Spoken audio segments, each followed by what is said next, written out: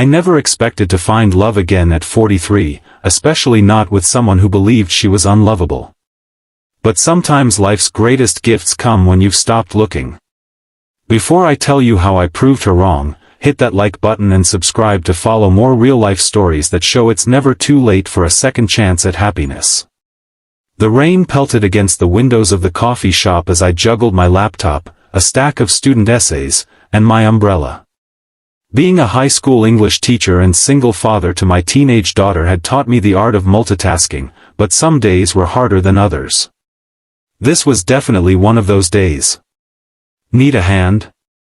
A warm voice cut through the ambient chatter of the cafe. I looked up to see a woman with kind eyes and a hesitant smile. She wore a simple blue cardigan, her dark hair pulled back in a practical ponytail with strands of silver catching the light. There was something immediately disarming about her presence. That would be amazing, actually, I admitted, surrendering my coffee order to her outstretched hand. Thomas, I said, introducing myself as we found a table by the window. Rosabelle, she replied. Though most people call me Rose. Our conversation flowed easily.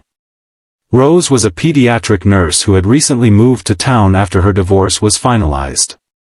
She spoke with passion about her work, her eyes lighting up when describing how she helped children through their most vulnerable moments. My daughter Sophia is 17, I shared. She's brilliant, heading to college next year. Wants to study astrophysics. You must be very proud, Rose said, a flicker of something crossing her face. Incredibly. Though I'm dreading the empty nest. I paused. What about you? Any children? Her smile faltered slightly. No. That wasn't in the cards for me. There was a story there, but I didn't press. Instead, we talked about books, music, and the small town we both now called home. 2 hours passed in what felt like minutes. When it was time to leave, I found myself reluctant to end our conversation. Would you like to have dinner sometime? I asked, surprising myself with my boldness. Rose's expression changed, a guard coming up. That's very kind, but I don't think that would be a good idea. May I ask why? She gathered her things, avoiding my eyes. Thomas, you seem like a wonderful man, but men your age don't want women like me. Before I could respond, she was gone, leaving me puzzled and, strangely, determined. I saw Rose again 3 days later at the hospital when Sophia sprained her ankle during track practice. Rose was the nurse who attended to her, professional and kind, though clearly surprised to see me. Small town, I offered with a smile. The smallest, she agreed, focusing on wrapping Sophia's ankle. My daughter, ever perceptive, noticed the tension between us. Later, as I drove her home, she didn't hold back. Dad, that nurse was totally into you. I chuckled. What makes you say that? The way she kept stealing glances when she thought you weren't looking. Plus, she blushed when you thanked her. You should ask her out. I already did. She turned me down. Sophia rolled her eyes. Since when do you give up so easily? You always tell me persistence pays off.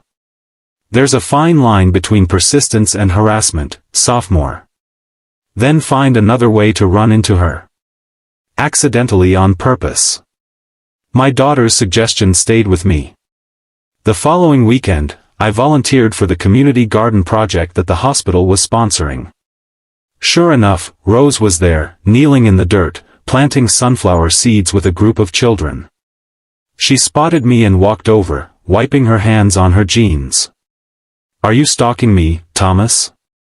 Just doing my civic duty, I replied with a grin. How's the garden coming along? We worked side by side that day, and I learned more about her. Rose had been married for 15 years to a man who decided he wanted a different life, one that included children, which Rose couldn't give him. The divorce had left her with deep insecurities about her worth as a woman. I'm 41 with no children and a body that betrayed me, she confessed as we took a water break. Men your age want someone younger, someone who can still give them a family. That's quite an assumption about what I want, I said gently. Am I wrong? Completely. I met her gaze. I've already raised my child. Sophia is my world, but I'm not looking to start over with babies. I'm looking for companionship, for someone who understands what it means to have lived a life with both joy and disappointment. Rose looked away. I should get back to the children. Over the next few weeks, our paths continued to cross. I joined the hospital's book drive committee where Rose volunteered. We found ourselves at the same community events. Each time, our conversations grew deeper, more honest. I learned about her passion for photography, her dream of traveling to New Zealand, her collection of vintage teacups. One evening, as we left a committee meeting, Rose finally asked the question that had been hanging between us. Why are you doing this, Thomas? Why me? I considered my answer carefully. Because when I talk to you, I feel heard in a way I haven't in years. Because you care deeply about others without expecting anything in return. Because you make me laugh, and I find myself thinking about things you've said days later. She shook her head, but I could see the conflict in her eyes. I'm scared, she admitted. Of what? Of believing this could be real, only to have it taken away again. I took a chance and reached for her hand. I can't promise that won't happen. Life doesn't offer guarantees. But I think we might be good together, Rose. I'd like the chance to find out. She squeezed my hand but didn't answer. The turning point came unexpectedly.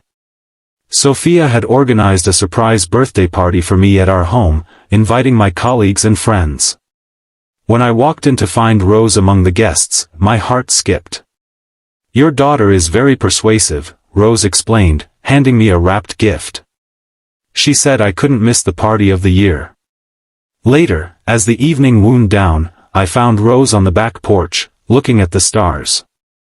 Thank you for coming, I said, joining her. I'm glad I did. Your friends are lovely. And Sophia? She smiled.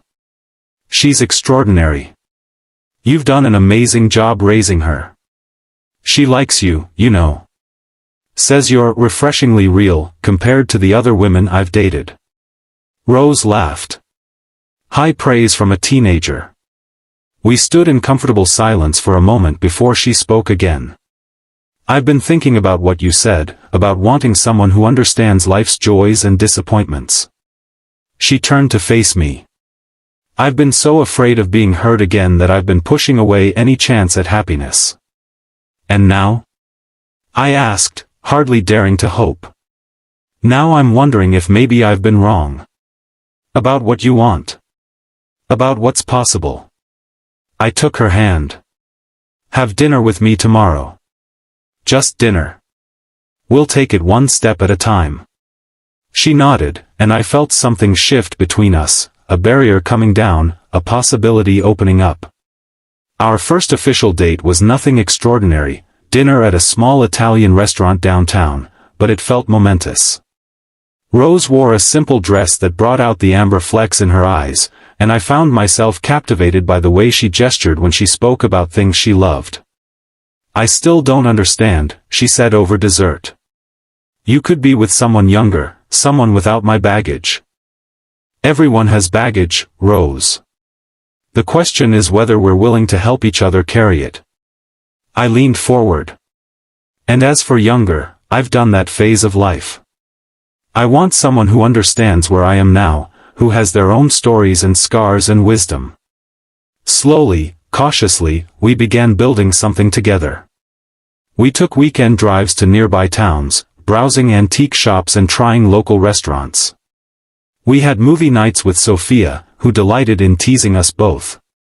We shared quiet evenings on my porch, talking about everything and nothing. There were challenges, of course. Rose's insecurities didn't disappear overnight. Sometimes she would pull away, convinced that I would eventually tire of her. My own fears surfaced too, worries about failing at love again, about disrupting the stable life I'd created for Sophia and myself. 6 months into our relationship, Rose received a job offer from a prestigious children's hospital in another state. It came with better pay, more responsibility, and recognition of her skills. It was everything she had worked for. "I have to take it," she told me, her voice breaking. "This is the opportunity I've been waiting for." I felt my heart sink, but I nodded. "I understand.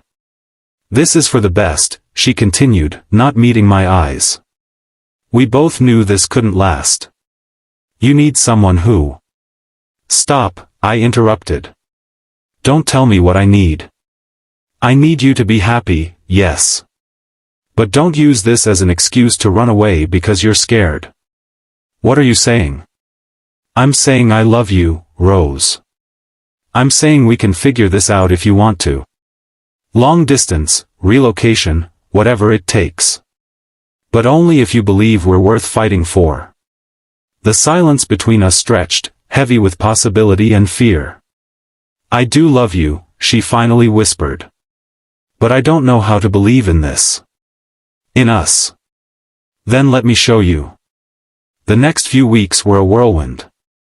Rose accepted the position but agreed to try long distance. I flew to visit her new city, exploring neighborhoods and imagining a life there. We had difficult conversations about what our future might look like, about Sophia's college plans, about my teaching career. One evening, as we walked along the riverfront in her new city, Rose stopped suddenly. "I've been thinking about what you said that night," she said. "About proving me wrong. And? You have. Every day, in 100 small ways, you've shown me that what I believed wasn't true. That I am worthy of love, just as I am." I pulled her close. "You always were. You just needed to believe it yourself." 3 months later, I accepted a position at a high school in Rose's new city, starting after Sophia left for college. We found a house halfway between my school and her hospital, with a garden for Rose and a study for me.